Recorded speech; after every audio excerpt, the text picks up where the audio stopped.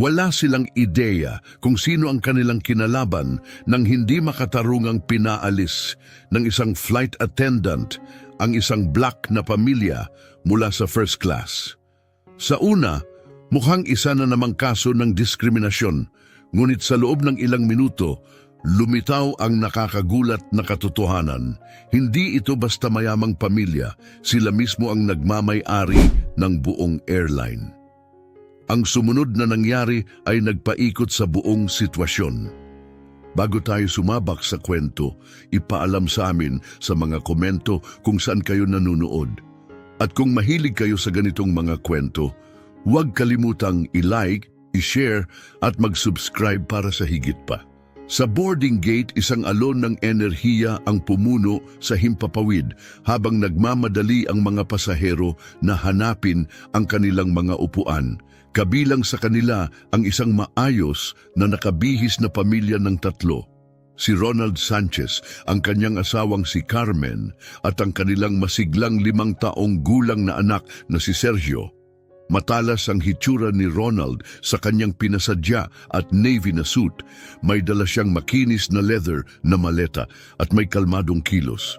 Si Carmen, elegante sa kanyang dumadaloy na ivory na bestida, ay mahigpit na hawak ang maliit na kamay ni Sergio habang ito ay masayang lumulundag. Sabik ang pamilya na tamasahin ang kanilang matagal nang inaasahang bakasyon, isang kinakailangang pahinga mula sa kanilang masikip na schedule. Habang pumapasok sila sa first class cabin, ang mainit na ningning ng ilaw sa itaas ay sumasalamin sa makintab na mga ibabaw na nagbibigay sa espasyo ng isang marangyang pakiramdam. Sinuri ni Ronald ang mga numero ng upuan, isang maliit na ngiti ang lumitaw sa kanyang mukha nang sabihin niya, "Narito tayo," habang maingat na ginagabayan sina Carmen at Sergio sa kanilang mga upuan. Ang ibang mga pasahero malapit sa kanila ay tumango ng mabilis at magalang bago bumalik sa kanilang sariling mga paghahanda. Tinulungan ni Carmen si Sergio na maupo at inabot sa kanya ang isang maliit na laruan na eroplano na agad na nagpaliwanag sa kanyang mukha. Samantala, maayos na inilagay ni Ronald ang kanilang mga dalang bag sa overhead compartment. Naghahanda para sa isang komportabling biyahe. Sa kabilang bahagi ng cabin, pinagmamasdan ng flight attendant na si Jennifer Mendoza ang pamilya na may matalim at hindi maipaliwanag na ekspresyon. Nanigas ang kanyang tindig habang inaayos ang kanyang malinis na uniforme at lumapit sa kanila na may daladalang awtoridad. Ang kanyang ngiti, bagamat magalang, ay may bahid ng panghuhusga. "Paumanhin po," sabi ni Jennifer na tinutukan si Ronald gamit ang isang tono na may halong hinala. "Maaari ko bang makita ang inyong boarding passes?" Pinanatili ni Ronald ang kanyang kalmadong asal. Kinuha mula sa kanyang jacket ang mga passes at iniabot ito. "Siyempre," sagot niya ng mahinahon. Napansin ni Carmen ang hindi pangkaraniwang tono ng attendant, kaya tumingala siya habang si Sergio naman ay walang kamalay-malay, abala sa kanyang laruan. Maingat na sinuri ni Jennifer ang mga tiket na tila may labis na pagsusuri habang nakakunot-noo siyang muling tiningnan ang mga detalye. First class. Bulong niya.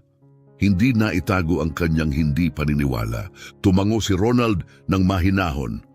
"Tama po, ito ang aming nakatalagang upuan." Nanatiling matatag ang kanyang boses, ngunit napansin ni Carmen ang bahagyang pagigting sa kanyang mga mata. Sandaling nag-atubili si Jennifer, halatang balisa. "Kailangan ko lang pong kumpirmahin ito sa front desk. Pakihintay lamang po rito." Mabilis niyang sinabi bago tumalikod at nagmadaling lumisan sa likod ng kurtina. Sumandal si Ronald sa kanyang upuan, hindi maipinta ang kanyang ekspresyon. "Ano kaya ang problema?" tanong ni Carmen sa mahina ngunit may halong pag-aalala. Hinawakan ni Ronald ang kanyang kamay bilang pampalubag loob. "Marahil isang routine check lang ito. Huwag kang mag-alala," bulong niya. Ngunit may tensyon sa kanyang mukha na nagpakita na hindi rin siya sigurado. Sa gali nakikipag-usap na si Jennifer sa isang staff sa lupa, mababa ngunit madiin ang kanyang tono. May sitwasyon ako rito, sabi niya habang panakaw na tumitingin patungo sa first class cabin. May isang pamilya na nakaupo rito at kailangan kong tiyakin kung lehitimo ang kanilang mga tiket. Nagulumihanan ng staff sa kabilang linya. Ang mga Sanchez, kinumpirma na ang kanilang reserbasyon, ilang linggo na ang nakalipas. Lahat ay maayos. May problema ba? Nagdalawang isip si Jennifer na nikip ang kanyang panga. Wala. Wala namang problema, sagot niya bago biglang ibaba ang tawag. Ngunit sa halip na bumalik na may paghingi ng paumanhin, lalong tumigas ang kanyang ekspresyon. Huminga siya ng malalim, inayos ang kanyang tindig at mabilis na bumalik sa first class section. Muling huminto sa harap ng mga upuan ng pamilya Sanchez, nagsalita siya sa malamig na tono. Pasensya na po, ngunit kailangan ko kayong paalisin sandali. Mukhang may problema sa inyong booking. Nagtama ang mga mata ni na Carmen at Ronald, parehong naguguluhan. Si Sergio naramdaman ang pagbabago ng mood, ay tumingala mula sa kanyang laruan, nagtataka. Dahan-dahang tumayo si Ronald, pilit pinapanatili ang kanyang kalmado, ngunit may bumubulwak na inis sa ilalim nito. Anong klaseng problema? Tanong niya sa mahinahong tinig. Kailangan ko lang pong i-verify ang inyong upuan, iginiit ni Jennifer na hindi pa rin makatingin ng diretsyo. Ipinakita niya ang direksyon patungo sa gali. Kung maaari po kayong sumama sa akin. Nagsimula ng magbulungan ang ibang mga pasahero, nakatuon ang atensyon sa nangyayaring eksena. Nanatili si Carmen sa kanyang upuan, lumalalim ang kanyang kaba habang pinapanood si Ronald na sumunod sa flight attendant. Hinila ni Sergio ang kanyang manggas, may bahagyang takot sa kanyang inosenteng boses. Mami, anong nangyayari? Tanong niya. Pinilit ni Carmen nang ngumiti upang pakalmahin siya, ngunit hindi niya namalayang mas humigpit ang hawak niya sa kamay ng anak. Wala anak. Huwag kang mag-alala, sabi niya ng mahina. Nakikipag-usap lang si Daddy sa babae, ngunit sa kaibuturan niya alam niyang hindi ito simpleng pagkakamali. May mas malalim pang mangyayari. Sa loob ng gali, nanatiling matatag si Ronald, hindi natinag sa presensya ni Jennifer, na tila biglang nag-alinlangan bago nagsalita. Ginoo, panimula niya, pilit na nagpapanatili ng kanyang autoridad. Tinitingnan lang po namin ang ilang issue sa inyong reserbasyon, mukhang na-flag po ito. Tumaas ang kilay ni Ronald, malamig ngunit matatag ang boses. Na-flag. Ang mga tiket na ito ay binili ilang linggo na ang nakalipas. Fully paid, fully confirmed. Ano talaga ang problema? Ikinros ni Jennifer ang kanyang mga braso, tila defensive. Hindi po ito tungkol sa bayad. Ang first class ay isang premium cabin at kailangan naming siguraduhin na lahat ng pasahero ay talagang nababagay dito. Diretso siyang tinitigan ni Ronald, hindi maipahiwatig ang ekspresyon. Pagkalipas ng isang saglit, natawa siya ng mahina, ngunit wala ni katiting na saya rito. Premium cabin, inulit niya, puno ng panunuya. Ibig mong sabihin, iniisip mong hindi ako nababagay dito? Jennifer, napakapit sa sarili, biglang napagtanto kung paano maaaring tunog ang kanyang mga salita. Hindi iyon ang ibig kong sabihin, aniya agad. Ang kanyang tinig ay humigpit na parang pilit inaayos ang sitwasyon. Kailangan ko lang sundin ang protocol. Dahan-dahang bumuga ng hininga si Ronald, ang kanyang panlabas na katahimikan halos hindi maitago ang bahagyang inis. Sige, aniya ng pantayang tono. Ayusin na natin ito, naghihintay ang pamilya ko. Sa first class cabin, kumalat ang mga mahihinang bulungan sa mga pasahero. Ramdam ni Carmen ang bigat ng kanilang mga usisa, ngunit nakatuon ang kanyang pansin kay Sergio na ngayoy abala sa paglalaro ng kanyang maliit na eroplanong laruan. Isang lalaking nasa kalagitnaan ng edad ang yumuko mula sa kabilang upuan. may bahagyang pag-aalala sa mukha. Ayos lang ba ang lahat? Tanong niya sa mahinang tinig. Pinilit ni Carmen ang isang magalang na ngiti. Isang maliit na hindi pagkakaunawaan lang, sagot niya, bagaman halata sa kanyang tono ang pag-aalinlangan. Tumango ang lalaki ngunit lihim na sumulyap patungo sa galley kung saan naglaho sina Ronald at Jennifer. May kakaiba sa sitwasyong hindi niya mapakawalan sa isip. Samantala sa loob ng galley, tinawag ni Jennifer ang isa pang flight attendant, isang mas batang babae na nagngangalang Grace. Habang pabulong siyang nagsasalita, kumunot ang noo ni Grace at tumingin kay Ronald. Sinuri mo ba ang reservation system? Tanong niya ng maingat. Napabuntong hininga si Jennifer sa pagkadismaya. Oo, pero hindi lang ito tungkol sa ticket. Tignan mo siya, aniya, bahagyang tinuturo si Ronald. Mukha ba siyang tipikal na first-class passenger? Nanlaki ng bahagya ang mga mata ni Grace na bigla sa ipinahihiwatig ni Jennifer. Hindi ka maaaring gumawa ng ganyang klasing palagay? Matigas niyang sagot, ibinaba ang kanyang boses. Kung may bisa ang kanyang ticket, wala tayong problema. Pinigil ni Jennifer ang kanyang sagot at lumabas ng gali. Bumalik siya kay Ronald, inayos ang kanyang tindig. Ginoo, aniya ng matigas, kailangan ko kayong hilinging lumipat sa main cabin hanggat hindi pa namin ganap na nabeberipika ang inyong reserbasyon. Bahagyang tumagilid ang ulo ni Ronald, ang kanyang ekspresyon hindi mabasa. Sa anong dahilan? Tanong niya, ang kanyang tinig ay kalmado ngunit matigas. Tulad ng sinabi ko, ito ay isang standard protocol, sagot ni Jennifer, iniwasan ang kanyang tingin. Nagsisimulang maubos ang pasensya ni Ronald. Ang kanyang boses ay bumaba sa isang tono na nagpagalaw kay Jennifer sa hindi komportabling paraan. Kung pinalilipat mo kami mula sa first class, inaasahan kong may balidong dahilan dahil sa ngayon tila hindi protocol ang sinusunod mo. Binuka ni Jennifer ang kanyang bibig upang sumagot, ngunit bago pa siya makapagsalita, tumunog ang intercom.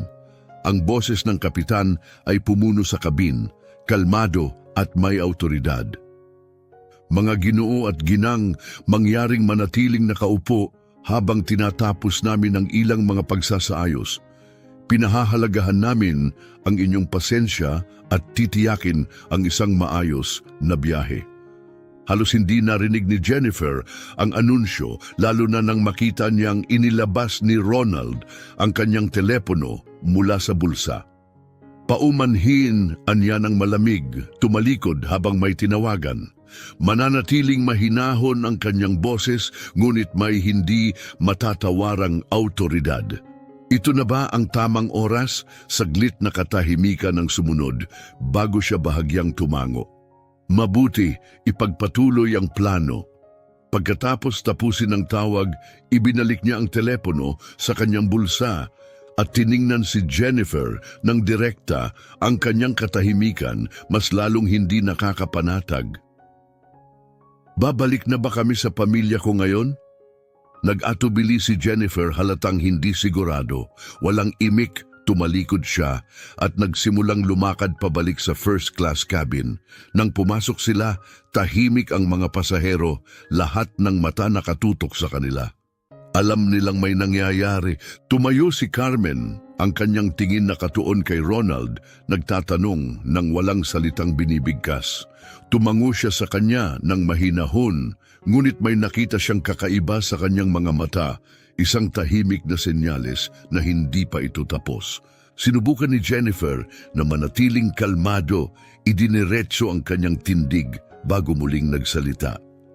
Ginoo, anya ng formal. Napagpasyahan namin na mas mainam kung lilipat kayo at ang inyong pamilya sa main cabin habang sinusuri namin ang inyong reserbasyon. Nanigas ang panga ni Carmen ngunit hindi nagpahalata, tumingin kay Ronald. Hindi siya nag-atubili. Huminga siya ng malalim at humarap kay Jennifer. Ang kanyang tinig ay malamig ngunit may autoridad. Nabeberipika na ang aming mga ticket. Binayaran namin ito ng buo. Kung may balidong dahilan sa pagpapalipat sa amin, gusto kong marinig iyon ngayon. Napakapit si Jennifer, ang kanyang kumpiyansa unti-unting nabasag sa ilalim ng titig ni Ronald. Sa paligid nila, hindi na basta bulungan ang maririnig, may mga nagsasalita na. Mabait naman sila, ano ang problema? Bulong ng isang matandang babae, may isang binatang malapit sa kanila na nagsalita ng mas malakas. May tiket sila tulad ng lahat, bakit sila lang ang pinapalipat? Ang lumalakas na ingay ng mga pasahero ay nagpagulo kay Jennifer. Umayos siya ng tindig. Ginoo, ayaw kong palalain ito. Babala niya, bahagyang nanginginig ang kanyang boses. Mangyaring makipagtulungan, kung hindi tatawagin ko ang seguridad. Sumingkit ang mga mata ni Carmen, nawawalan na ng pasensya. Magsasalita na sana siya nang pigilan siya ni Ronald gamit ang isang kumpas ng kamay. Tumayo si Ronald ng dahan-dahan, inayos ang kanyang suit jacket. Kung tatawagin mo ang seguridad, aniya, ang kanyang tinig ay kalmado ngunit puno ng babala, siguraduhin mong handa silang magbigay ng paliwanag. Natahimik ang buong kabin. Ang hamon sa kanyang tinig ay nagpadala ng hindi may kakailang alon ng kaba sa paligid. Naging bahagyang mapula ang mukha ni Jennifer, ngunit nanatili siyang matatag. Mangyaring kunin ang inyong mga gamit, ulit niya bahagyang nanginginig. Matagal na tinitigan siya ni Ronald bago lumingon kay Carmen. Ayos lang, mahinahon niyang sinabi. Tayo na. Sa main cabin, pinaupo sila sa isang masikip na gitnang bahagi. Tinulungan ni Ronald si Carmen na paupuin si Sergio bago siya umupo sa tabi nila. Ang malinaw na pagkakaiba sa pagitan ng first class at kanilang bagong upuan ay hindi nila pinansin. Umupo sila ng may tahimik na dignidad. Samantala, bumalik si Jennifer sa gali, nanginginig ang loob habang naririnig ang usapan ng mga pasahero. Walang dahilan para gawin niyon, bulong ng isang lalaki. Kumpirmado ang tiket nila, bakit sila trinato ng ganun? Dagdag ng isa pa, napakagatlabi si Jennifer, ngunit sa loob-loob niya, alam niyang unti-unti na siyang nawawalan ng kontrol at malapit na niyang malaman kung gaano kalaki ang magiging epekto nito. Isinalang ni Jennifer ang sarili, biglang napagtanto kung paano maaaring mag-backfire ang kanyang mga desisyon. Tumindi ang mga bulungan sa first class, ngunit pinili niyang hindi ito pansinin. Gayunpaman, isang hindi maipaliwanag na kaba ang bumalot sa kanyang sikmura habang bumalik siya sa gali. Pagkaabot niya sa telepono, bigla itong nag-vibrate, dahilan upang mapatalon siya. Dahan-dahan niyang sinagot ang tawag. Pilit pinapanatili ang katatagan sa kanyang tinig. Si Jennifer ito, anya, bahagyang nanginginig. Sa kabilang linya, dumagundong ang boses ng kapitan, diretso at may bigat. Miss Mendoza, kakatawag lang sa akin ng executive team ng airline. Isang pasahero sa flight na ito ang personal na nakipag-ugnayan sa kanila. Ano bang nangyayari? Naramdaman ni Jennifer ang malamig na alon ng takot na bumalot sa kanyang katawan. Humigpit ang kanyang hawak sa telepono. Pakiramdam niya'y nanlalamig ang kanyang mga kamay. Isang standard procedure lang po ito, pautos niyang sagot. Pilit na iniwasan ang kaba sa kanyang tinig. Akala ko lang na maaaring may issue sa kanilang tiket. Nagtagal ang katahimikan sa kabilang linya bago muling nagsalita ang kapitan. May halong babala sa kanyang boses. Siguraduhin mong maingat mong hahawakan ito. Hindi natin kayang magkaroon ng iskandalo rito. Pinapayuhan kitang maging maingat hanggang sa susunod kong utos. Biglang naputol ang linya, inilapag ni Jennifer ang telepono, nanginginig ang kamay. Pinahid niya ang pawis sa kanyang palad at lumingon patungo sa main cabin kung saan tahimik na nakaupo si Ronald kasama ang kanyang pamilya. Bagamat kalmado ang kanyang postura, ang matalim at matiyagang titig nito ay nagpadama kay Jennifer ng matinding kaba. Sa unang pagkakataon, naramdaman niya ang bigat ng kanyang naging desisyon at ang malamig na katotohanang mali ang kanyang naging hatol. Si Ronald, na nakaupo pa rin sa main cabin, ay tila walang anumang alintana sa nangyari. Matikas ang kanyang pagkakaupo, tila walang epekto sa kanya ang pagbaba sa economy class. Sa tabi niya, hinawakan ni Carmen ang balikat ni Sergio na patuloy pa ring naglalaro ng kanyang eroplanong laruan. Bagamat hindi ito nagsasalita, ang matatalim na tingin ni Carmen patungo sa first class ay nagsasabing hindi pa siya tapos sa isyung ito. Samantala, sa first class, hindi na lang basta bulungan ang maririnig. May mga pasaherong hayagang nagtatanong na. Isang matangkad na lalaki, nakasuot ng mamahaling suit, ang humarang kay Jennifer habang dumaraan siya. May valid tickets ang pamilyang iyon, anya ng madiin. Ano ba talaga ang problema? Pinilit ni Jennifer na panatilihin ang kanyang composure. Isang procedural matter lang ito, sagot niya ng matigas. Wala nang problema rito. Hindi mukhang kumbinsido ang lalaki, ngunit hindi na siya nagtanong pa. Gayunpaman, malinaw ang disapproval sa kanyang ekspresyon. Mabilis na tumalikod si Jennifer at nagmamadaling bumalik sa gali. Doon, abala si Grace sa pag-aayos ng mga inumin, ngunit hindi niya itinago ang kanyang dismayadong tingin kay Jennifer. Nang hindi man lang tumitingin, iniabot niya ang isang tray ng inumin. Ayusin mo ito, bulong niya ng matalim. Hindi basta-bastang pasahero ang lalaking iyon. Matagal siyang nanahimik, pero sigurado akong hindi niya palalampasin ito. Nairita si Jennifer. Sinunod ko lang ang protocol. Hindi ko kasalanan kung may mga taong masyadong nagre-react kapag tinatanong. Malakas na inilapag ni Grace ang tray, halatang naiinis. Ang pagsunod sa protocol ay hindi nangangahulugang gagawa ka ng maling palagay tungkol sa isang tao. At ngayon, nagawa mong pag-alabin ang buong first-class cabin laban sa'yo. Magsasalita pa sana si Jennifer, ngunit biglang tumunog ulit ang telepono sa gali. Isang masamang pakiramdam ang bumalot sa kanya habang inaabot niya ito. Sa pagkakataong ito, hindi ang kapitan ang nasa kabilang linya. Isang malamig ngunit matatag na boses ang narinig niya mula sa opisina ng executive team ng airline. Miss Mendoza, anitong may diin sa bawat salita. Nakakuha kami ng direktang reklamo kaugnay ng isang seating issue sa first class. Nalagutan ng hininga si Jennifer. Sinunod ko lang. Pinutol siya ng boses sa kabilang linya. Hindi ako interesado sa palusot mo. Tinanggal mo sa first class ang isang pamilyang may fully confirmed tickets. Ang pasaherong tinutukoy ay si Ronald Sanchez. Iminumungkahi kong tignan mo agad ang kanyang profile sa system. Nanginginig ang kanyang mga daliri nang ibaba niya ang telepono.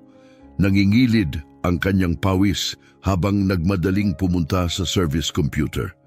Nanginginig ang kanyang kamay habang itinatype ang pangalan ni Ronald Sanchez. Nang lumitaw ang kanyang profile, nanlamig ang kanyang buong katawan. Sa tabi ng pangalan ni Ronald Sanchez, isang titulong nakabold ang bumungad sa kanya. Executive level primary shareholder. Napatuyo ang lalamunan ni Jennifer. Si Ronald Sanchez ay hindi lang isang ordinaryong pasahero, hindi lang siya isang mayamang traveler, siya ang may-ari ng airline. Samantala, sa main cabin, nanatiling tahimik si Ronald, walang anumang emosyon sa kanyang mukha. Ngunit nang lumabas si Jennifer mula sa gali, maputla, halatang aligaga, tinitigan siya nito ng mabuti. Wala na ang pilit na kumpiyansa ni Jennifer mula kanina. Ngayon, siya'y nag-aalinlangan. Bumagal ang kanyang hakbang habang lumapit kay Ronald. Mr. Sanchez, aniya sa mas mahina, nanginginig na boses, taos puso akong humihingi ng paumanhin sa abalang na idulot, mukhang nagkaroon ng pagkakamali sa aking panig. Dahan-dahang lumingon si Ronald sa kanya, ang kanyang ekspresyon hindi mabasa. Pagkakamali, inulit niya, banayad ang kanyang tinig ngunit may bahid ng panunuri. Tinanggal mo ang pamilya ko mula sa first class base sa ano, eksakto? Nararamdaman ni Jennifer ang panunuyo ng kanyang lalamunan habang pilit hinahanapan ng tamang salita ang kanyang bibig. Ako, nagkamali ako sa pag-verify ng inyong reserbasyon. Pinapangako ko, hindi na ito mauulit. Tumitig sa kanya si Carmen, ang talas ng kanyang tingin ay parang kutsilyong humihiwa sa manipis na palusot ni Jennifer. Pinahiya mo ang pamilya ko sa harap ng buong cabin. Anya, ang kanyang tinig ay mababa ngunit naglalaman ng nag-aapoy na galit na pinipigilan niya lang na sumabog. Gumawa ka ng mga maling palagay tungkol sa amin nang wala man lang matinong basehan. At ngayon, inaakala mong sapat na ang isang simpleng paghingi ng tawad? Napatingin si Sergio sa kanyang ina, naramdaman ang kanyang pagkadismaya. Bahagya siyang gumalaw sa kanyang upuan, kinakalikot ang kanyang laruan. Mula sa kanyang tabi, marahang hinawakan ni Ronald ang braso ni Carmen. Ang kanyang banayad na haplos ay sapat upang pakalmahin siya. Carmen, anya ng mahinahon ngunit may diin, huwag na nating palakihin pa ito rito. Pagkatapos ay ibinaling niya ang kanyang tingin kay Jennifer. Hindi siya kumikilos, ngunit ang bigat ng kanyang titig ay sapat upang maramdaman ni Jennifer ang kanyang kaba. Direkta kong idudulog ito sa iyong mga nakatataas. Aniya, ang kanyang tinig ay kontrolado ngunit may halong babala. Sa ngayon, mananatili muna kami dito. Napatango si Jennifer, hindi makahanap ng sagot. Wala na siyang masabi pa. Tahimik siyang lumakad pabalik sa gali, ang kanyang mga hakbang mabilis, ngunit hindi na kasing tatag gaya kanina. Sa loob ng gali, mahigpit niyang hinawakan ng counter, nararamdaman ang panginginig ng kanyang mga kamay. Sa wakas, tumama sa kanya ang buong katotohanan. Hindi lang basta isang pasahero si Ronald Sanchez. Inisa-isa niya sa kanyang isip ang bawat interaksyong nangyari at ngayon malinaw na malinaw sa kanya ang bigat ng kanyang pagkakamali. Tumitig siya kay Grace na tahimik siyang pinapanood, halata sa kanyang ekspresyon ang matinding pagkadismaya. Alam mo ba, bulong ni Jennifer, halos hindi matatag ang kanyang boses. Dahan-dahang bumuntong hininga si Grace, umiling. Hindi. Pero hindi na iyon mahalaga. Ang mahalaga ay hindi mo sila tinrato ng patas. At ngayon, kailangan mong harapin ang ginawa mo. Napakuyom ng kamao si Jennifer. Ramdam ang pagbaliktad ng kanyang sikmura. Ngunit bago pa siya makasagot, muling tumunog ang telepono. Napahinto siya, natakot sagutin ito. Ramdam niya ang bigat ng kanyang kasalanan kahit hindi pa niya naririnig ang sasabihin sa kabilang linya. Dahan-dahan niyang kinuha ang receiver, mahigpit ang hawak na para bang nasusunog ito sa kanyang mga daliri. Ang boses ng kapitan sa kabilang linya ay matalim, walang puwang para sa pagtatalo. Miss Mendoza, madin nitong sinabi na kumpirma na ng Executive Office ang pagkakakilanlan ni Mr. Sanchez. At hindi sila natuwa. Malinaw ang kanilang utos, ibalik agad ang kanyang pamilya sa first class at personal kang mag-aabot ng iyong paghingi ng tawad. Nanigas ang mga daliri ni Jennifer sa pagkakahawak sa telepono. Naiintindihan ko, sagot niya, ngunit halos pabulong na lang. Biglang naputol ang linya. Dahan-dahang ibinaba ni Jennifer ang telepono. Ang pintig ng kanyang puso ay parang kulog sa kanyang tainga. Nakapamewang si Grace, walang simpatya sa kanyang ekspresyon. Ikaw ang may gawa nito, aniya ng direkta. Ayusin mo bago pa lalo pang lumala. Huminga ng malalim si Jennifer, pilit kinakalma ang sarili. Inayos niya ang kanyang uniforme, pinilit panatilihin ang isang neutral na ekspresyon at lumabas mula sa gali. Bawat hakbang pabalik sa main cabin ay parang may dalang tingga. Ang bigat ng kanyang pagkakamali ay lumulubog sa kanya. Habang papalapit sa pamilya Sanchez, nagsimula ng lumingon ang ibang pasahero. Kita sa kanilang mga mata ang kanilang interes at ang kanilang paghuhusga. Nang makarating siya sa harapan ni Ronald at Carmen, huminga siya ng malalim at pilit pinatatag ang sarili. Mr. Sanchez, anya, pinipilit ang sarili na tingnan siya sa mata. Sa ngalan ng airline, nais kong iparating ang aking taus-pusong paghingi ng tawad sa hindi makatarungang pagtrato sa inyong pamilya. Isa itong maling hatol sa aking bahagi at inaako ko ang buong responsibilidad. Mataas ang isang kilay ni Carmen, halatang hindi kumbinsido. Ngayon mo lang napagtanto na mali ang ginawa mo? Aniya, ang lamig sa kanyang boses ay parang yelong tumatagos sa balat. Bahagyang namula si Jennifer, ngunit nanatili siyang propesyonal. Inutusan ng executive office na ibalik kayo sa first class kaagad. Maingat niyang sinabi, sisiguraduhin kong maayos ang inyong mga upuan at wala ng ibang magiging abala. Tahimik na pinag-aralan ni Ronald ang mukha ni Jennifer. Matagal bago siya tumango ng bahagya. Tumayo siya mula sa kanyang upuan at inabot ang kamay kay Carmen, na tinanggap ito ng walang pag-aalinlangan. Nang lumakad sila pabalik sa first class, matikas ang kanilang tindig. Si Carmen ay hindi lumingon, itinataas ang kanyang ulo ng may dignidad. Si Ronald, sa kabilang banda, ay nanatiling kalmado, halos nakakagambalang mahinahon. Pagdating nila sa first class, mabilis na kumilos si Jennifer. Maingat niyang inayos ang kanilang mga upuan, tiniyak na perpekto ang lahat, ang mga unan, ang tubig na may sparkling, ang bawat maliit na detalye. Ngunit kahit anong ayos ang gawin niya, hindi nito mababago ang nangyari. Naupo sina Ronald, Carmen at Sergio, ang kanilang mga mukha neutral, ngunit may distansyang hindi na mabubura. Kung mayroon pa po kayong kailangan, mahina ngunit magalang, nasabi ni Jennifer, mangyaring ipaalam ninyo. Tumitig sa kanya si Ronald, ang kanyang sagot ay magalang ngunit may diin. Ipapaalam namin. Wala nang ibang sinabi si Jennifer. Tahimik siyang umatras at mabilis na bumalik sa gali, hawak pa rin ang kanyang natitirang dignidad. Ngunit alam niyang tapos na ang laban. Tahimik na ang first class cabin, ngunit ang mabibigat na tingin ng mga pasahero ay nanatili. Alam nilang lahat kung ano ang nangyari, at hindi nila ito malilimutan. Nang bumalik si Jennifer sa gali, nakatayo roon si Grace, nakatawid ang mga braso, ang tingin ay matatag. Hindi pa ito tapos, bulong niya. Alam mo yan, hindi ba? Hindi sumagot si Jennifer dahil sa unang pagkakataon alam niyang totoo yon. Ang kalmadong ekspresyon ni Ronald ay hindi nagmumula sa pagpapatawad. Ito ay nagmumula sa isang mas malalim na katiyakan na ang gulong ng hustisya ay gumagalaw na.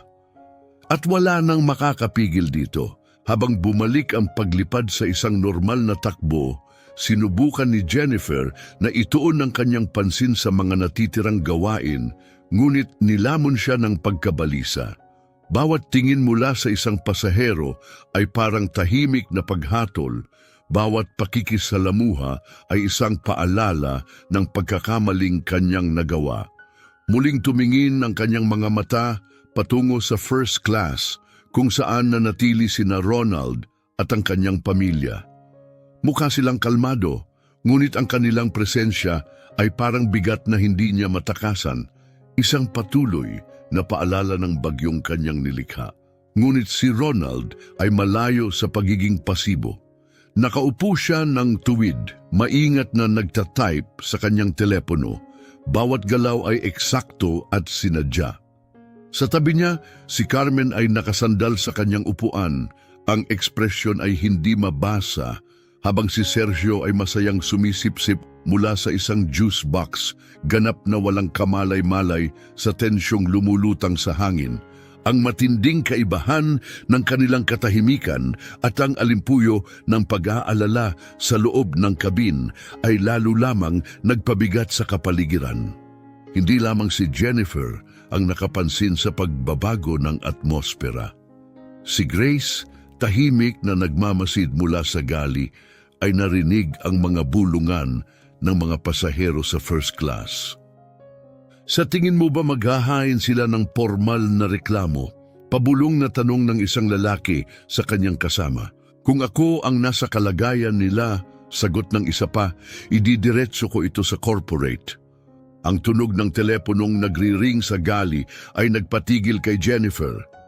Ang tunog na dati karaniwan na lang, ngayon nagdulot ng matinding kaba sa kanya.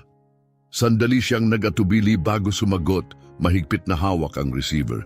Ito si Jennifer. Aniya, ang kanyang boses ay hindi matatag, mabilis at direkta ang sagot ng kapitan. Miss Mendoza, kakarating lang ng isa pang update mula sa executive office. Ang legal team ni Mr. Sanchez ay aktibong minomonitor ang sitwasyon. Humihingi sila ng buong ulat at hihintayin nila tayo paglapag. Mas mabuti kung maghanda ka na. Lalong humigpit ang hawak ni Jennifer sa telepono. Kumirot ang kanyang sikmura. Naiintindihan ko, Kapitan, mahina niyang sagot bago ibinaba ang telepono. Wala nang takasan, hindi hinahayaan ni Ronald Sanchez na ito ay mabaon sa limot. Sa first class, ibinaba ni Ronald ang kanyang telepono, tapos na sa anumang mensaheng kanyang isinulat. Lumingon sa kanya si Carmen, ang ekspresyon niya ngayon ay mas malambot. Tahimik ka, bulong nito, nauunawaan ang bigat ng kanyang katahimikan. Tiningnan siya ni Ronald, ang kanyang anyo'y kalmado ngunit matibay. Hindi lang ito tungkol sa atin, mahinahong sagot niya. Ito ay tungkol sa pananagutan. Kailangang maunawaan ng mga tao na may kahihinatnan ang kanilang mga kilos. Tumango si Carmen. Kilala niya ang kanyang asawa, ang kanyang pasensya ay laging may estratehiya at ang kanyang diskarte ay sinadya. Ito rin ang dahilan ng kanyang tagumpay at kung bakit hindi niya pinalalampas ang kawalan ng katarungan gaano man ito kaliit. Sa gali, hindi mapakali si Jennifer, halatang kinakabahan. Pinagmasdan siya ni Grace bago nagsalita. Ano na ang plano mo ngayon? Tanong nito. Umiling si Jennifer, ang boses niya ay halos isang bulong. Hindi ko alam. Hindi ko naisip na aabot ito sa ganito. Lumalim ang ekspresyon ni Grace. Dapat naisip mo na yon bago mo sila trinato ng ganon. Ngayon, wala na ito sa mga kamay mo. Matatalim ang tingin ni Jennifer kay Grace, ngunit hindi siya sumagot. Sa kaibuturan ng kanyang isip, alam niyang tama ito. Dumaan ang natitirang oras ng paglipad na mabigat. Ang tuloy-tuloy na ugong ng makina ay hindi nakatulong upang matabunan ang tensyong nakabalot sa ere. Ang ibang pasahero sa first class ay patuloy na sumusulyap kina Ronald at sa kanyang pamilya. Ang iba'y may halong paggalang, ang iba na may tahimik na nagbubulungan. Hindi maiwasang pag-usapan ang nangyari. Nang magsimula ang pagbaba ng eroplano, bumakas ang boses ng kapitan sa intercom. Mga Ginoo at ginang, malapit na tayong lumapag. Mangyaring tiyakin na ang inyong mga seatbelt ay nakakabit at ang inyong tray tables ay nasa tamang posisyon. Cabin crew, maghanda para sa paglapag. Inayos ni Ronald ang kanyang seatbelt at bahagyang lumapit kay Carmen. Hindi na magtatagal. Mahina niyang sabi. Ngumiti ng bahagya si Carmen at marahang hinawakan ng kamay niya. Sa galay, tumitig si Jennifer sa orasan. Bawat segundong lumilipas ay nagpapahigpit ng buhol sa kanyang sikmura. Wala siyang ilusyon tungkol sa kung ano ang susunod na mangyayari. Walang kaluwagan paglapag. Kundi mas maraming tanong, mas matinding pagsusuri at malamang mas mabibigat pang kahihinatnan. Nagbalik sa kanyang isipan ang sinabi ni Grace, hindi pa tapos ito. At alam ni Jennifer na walang pag-aalinlangan na ang pinakamasama ay paparating pa lamang. Makinis na lumapag ang eroplano, ang pamilyar na pag-uga ay tanda ng pagtatapos ng biyahe. Para sa karamihan ng pasahero, isa lang itong pangkaraniwang paglapag, isa pang hakbang sa kanilang paglalakbay. Ngunit para kay Jennifer, pakiramdam niya ito ang simula ng kanyang pagsubok. Nakatayo, malapit sa gali, mahigpit niyang hinawakan ang counter habang nag-aayos ng mga gamit ang mga pasahero. Paulit-ulit niyang sinusulyapan ang first class kung saan nanatili pa rin si Ronald at ang kanyang pamilya hindi nagmamadaling umalis. Ang kanilang pagpapasyang manatili ay nagpadagdag ng kaba sa kanya. At pagkatapos, narinig niya ang tunog na kanyang kinatatakutan. Nagring ang telepono sa gali, napatalon si Jennifer, ang kanyang mga nerbiyos ay tuluyang nagkalas. Inabot niya ang receiver, nanginginig ang kanyang malamig na mga daliri. Ito si Jennifer. Sagot niya, basag ang kanyang tinig. Narinig muli ni Jennifer ang tinig ng kapitan sa telepono, matalim at direkta. Ang seguridad ay naghihintay sa gate. Buong kaalaman na sila sa sitwasyon mula sa executive team. Kailangan mong manatili sa eroplano at magbigay ng kompletong ulat ng iyong mga ginawa. Huwag kang aalis hanggat hindi ka inuutusan. Parang nahulog ang sikmura ni Jennifer. Mahigpit niyang hinawakan ng receiver, ang paghingay mababaw. Naiintindihan ko, mahina niyang sagot. Halos hindi niya magawang bigkasin ang mga salita bago ibaba ang telepono. Lumapit si Grace, ang ekspresyon nito ay mabigat. Nandito na sila, hindi ba? Tanong nito sa mababang tinig. Dahan-dahang tumango si Jennifer. Seguridad, mga executive, malamang pati mga miyembro ng board. Napabuntong hininga si Grace, umiling. Sabi ko na sayo, hindi pa tapos ito. Habang ang huling mga pasahero ay bumaba ng eroplano, ang dating abalang kabin ay biglang napuno ng isang nakakabinging katahimikan. Tumalikod si Jennifer sa tamang oras upang makita si Ronald na tumayo. Maayos na pinapantay ang kanyang jacket bago kunin ang kanyang carry-on. Tahimik na tinipon ni Carmen ang kanilang mga gamit habang si Sergio ay mahigpit na hawak ang kanyang laruan, inosenteng tumitingin sa kanyang mga magulang. Nagatubili si Jennifer, lumapit ng bahagya, ang kanyang tinig ay nanginginig. Mr. Sanchez, gusto ko lang sanang humingi ulit ng paumanhin sa... Itinaas ni Ronald ang kanyang kamay, pinahinto siya sa kalagitnaan ng pangungusap. Ang kanyang tinig ay nanatiling kalmado. Ngunit ang katiyakan sa tono nito ay nagpapahiwatig na wala nang kailangang sabihin pa. Itabi mo na lang yan, sagot niya ng matatag. Ang mga taong naghihintay sa labas, ang dapat makarinig ng lahat ng sasabihin mo. Isang malamig na tingin ang ibinigay ni Carmen kay Jennifer bago siya bumaling. Hinawakan ang kamay ni Sergio at lumakad papunta sa pasilyo. Sumunod si Ronald. Ang kanyang presensya ay matatag at hindi matitinag. Nang makarating sila sa exit, dalawang nakaunipormeng security officers ang pumasok sa eroplano. Magalang nilang tinanguan si Ronald bago ibinaling ang kanilang pansin kay Jennifer. Miss Mendoza, matigas na tawag ng isa sa mga opisyal na nikip ang lalamunan ni Jennifer. Opo, sagot niya, halos pabulong. Kailangan mong manatili sa eroplano para sa investigasyon, sabi ng opisyal. Mangyaring sumunod ka sa amin papunta sa gali. Bahagyang tumigil si Ronald sa pintuan, saglit na tumingin pabalik kay Jennifer. Ang kanyang mukha ay nanatiling hindi mabasa. Ngunit ang matalim niyang titig ay nagpadaloy ng malamig na kilabot sa katawan ni Jennifer. Nang walang anumang ibang sinabi, lumabas siya ng eroplano, kasunod ang kanyang pamilya. Habang sila'y naglalaho sa terminal, tuluyang bumagsak kay Jennifer ang bigat ng kanyang mga desisyon. Tumango ang mga opisyal, senyalis na oras na para gumalaw siya. Sumunod siya. Nanginginig ang mga binti. Ang matinding realisasyon ay bumagsak sa kanya. Hindi na niya kontrolado ang kanyang kinabukasan. Pagpasok ng pamilya Sanchez sa terminal, tila nagbago ang hangin. Tahimik na bumagal ang mga pag-uusap at maraming ulo ang palihim na lumingon. Malapit sa arrival gate, dalawang mataas na opisyal ng airline, parehong nakasuot ng malilinis na suit ang naghihintay. Kita sa matigas nilang tindig ang tensyon. Lumapit ang isa sa kanila, isang matangkad na lalaki na may suot na salaming may pilak na gilid.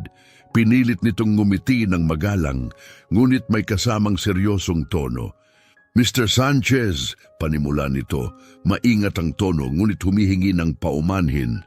Ako si Richard Hale, Vice Presidente ng Operations.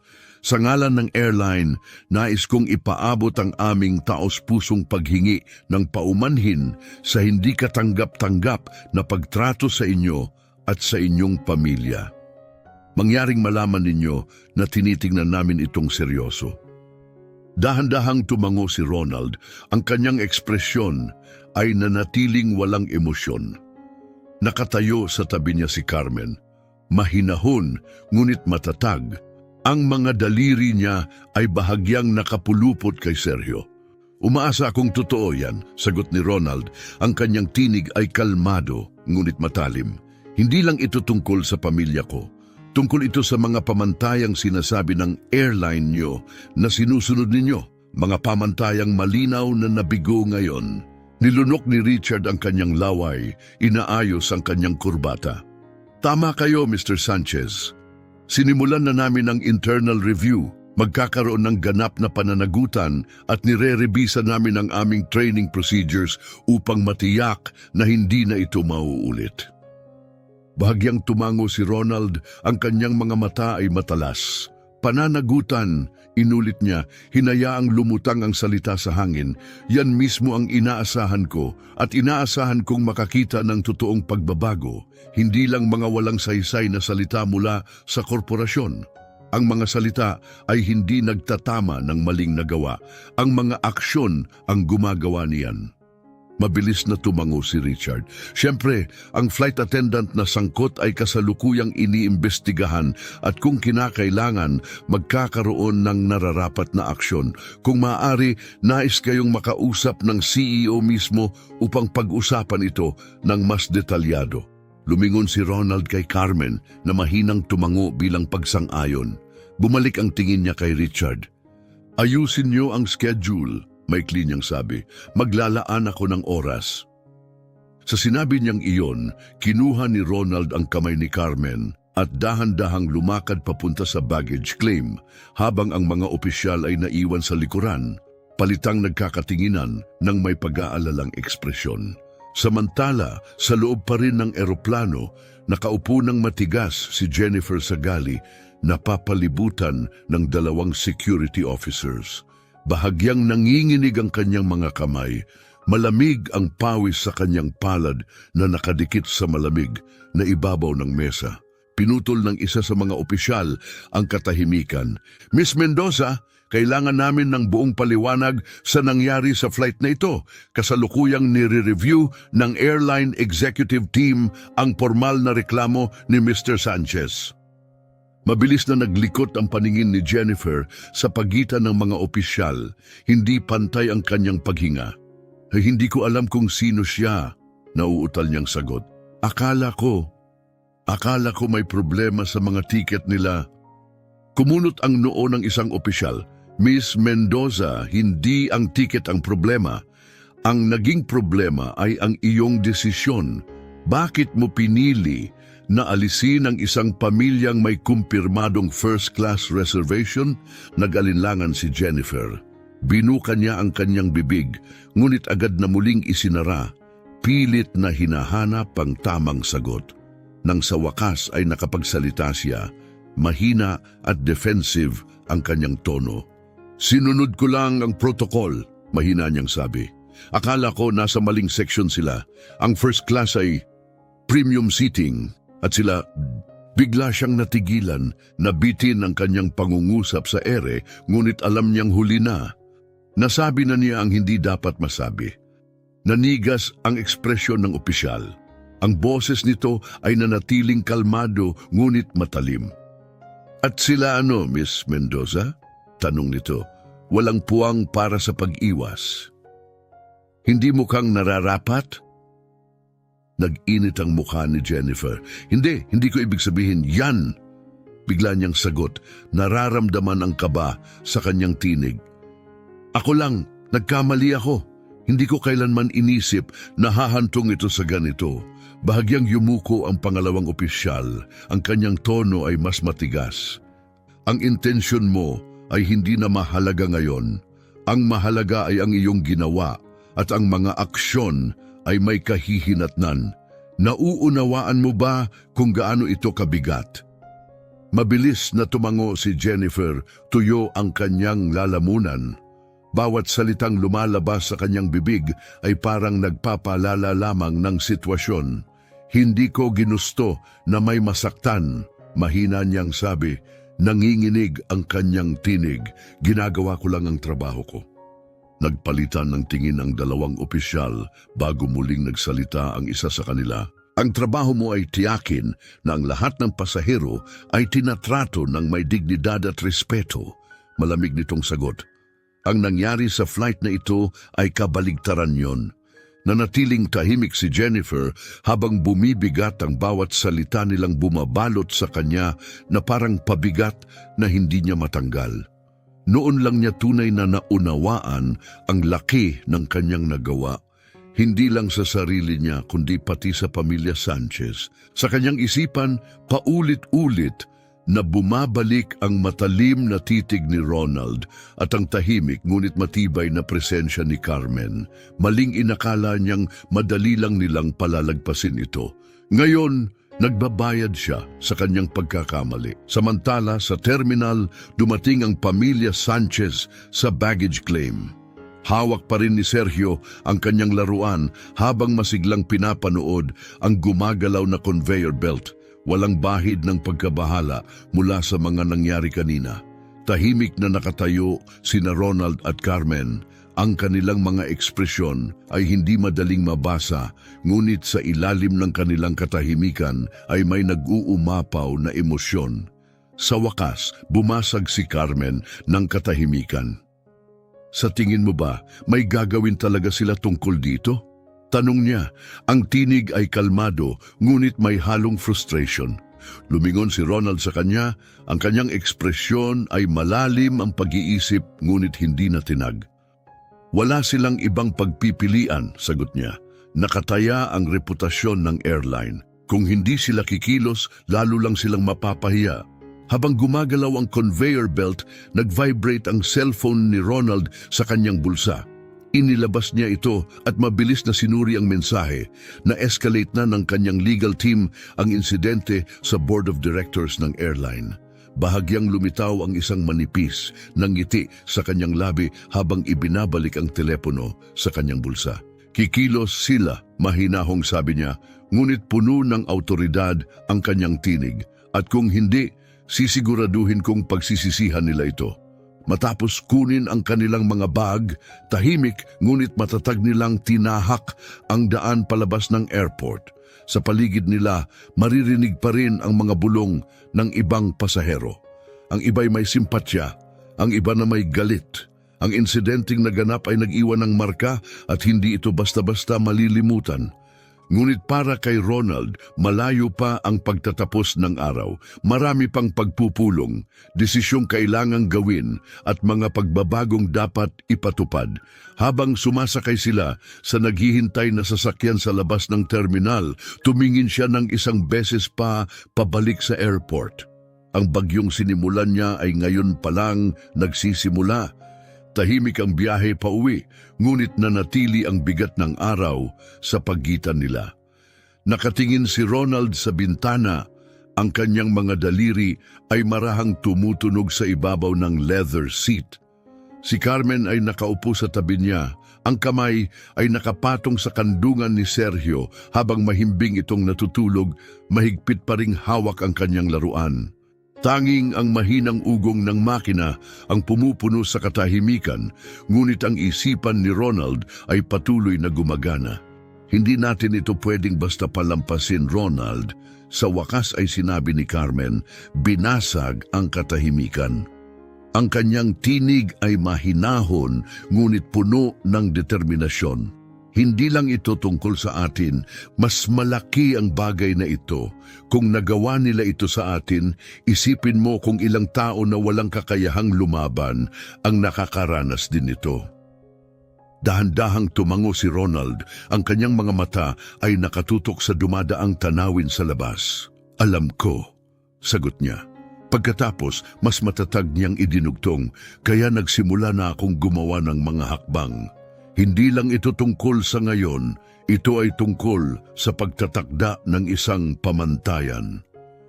Huminga ng malalim si Carmen, bumaling sa kanya. Palagi niyang hinahangaan ang maingat at sistematikong paraan ni Ronald sa pagharap sa kawalang katarungan. Ginagawa nitong pagkakataon ang personal na pag-atake upang magdulot ng tunay na pagbabago. Ngunit kahit nagtitiwala siya sa diskarte ng kanyang asawa, hindi pa rin niya mapigil ang bahagyang galit na nararamdaman niya. Hindi lang ito tungkol sa isang tao, dagdag niya, bahagyang bumibigat ang kanyang tinig. Ang buong sistemang ito ang dahilan kung bakit inisip niyang makakalusot siya. Bahagyang lumingon si Ronald, nagtagpo ang kanilang mga mata. At yan mismo ang aayusin natin, sagot niya ng matigas habang pumapasok na ang sasakyan sa kanilang driveway. Bahagyang nagmulat ng mata si Sergio, kinukusot ito ng kanyang maliliit na kamay. Maingat siyang binuhat ni Carmen palabas ng sasakyan, habang si Ronald ay nanatili pa sandali sa loob. Inilabas niya ang kanyang telepono, mabilis na nag-scroll sa mga mensahe mula sa kanyang legal team.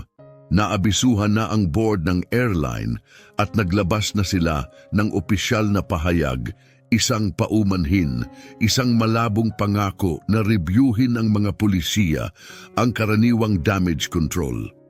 Ngunit hindi interesado si Ronald sa mga panandaliang solusyon. Binuksan niya ang kanyang email at nagsulat ng mensahe na direkta niyang ipinadala sa CEO ng airline. May kopya rin ang board of directors. Ang kanyang tono ay profesional, ngunit hindi matinag. Subject, immediate action required. Ang pagtrato sa aking pamilya sa flight, 237 araw, ay hindi katanggap-tanggap at patunay ng mas malalim na problema sa inyong organisasyon. Hindi lang ito tungkol sa asal ng isang empleyado, ito ay tungkol sa kulturang pumayag na mangyari ito ng walang pagpigil. Bilang isang pangunahing shareholder, hinihiling ko ang isang ganap na investigasyon sa insidenteng ito at isang formal na plano ng aksyon upang ito ay tugunan. Kabilang dito ang mandatory sensitivity at bias training para sa lahat ng empleyado, mas mahigpit na accountability measures para sa diskriminasyon, isang pampublikong pangako na tiyakin ang patas at may respeto na pagtrato sa lahat ng pasahero. Inaasahan ko ang isang formal na tugon sa loob ng 48 oras na naglalahad ng inyong planong hakbang upang itama ito. Tandaan, hindi ito isang pakiusap. Ito ay isang inaasahan. Ronald Sanchez.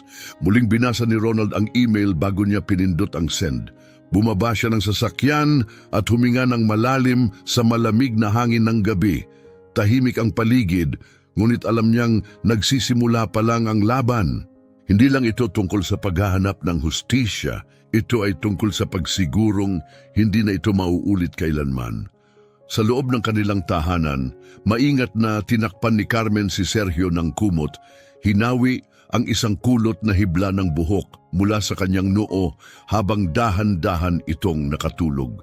Nang bumalik siya sa sala, nadatnan niyang nakaupo si Ronald sa kanyang mesa, ang kanyang mga mata nakatuon sa laptop, sinusuri ang mga dokumento.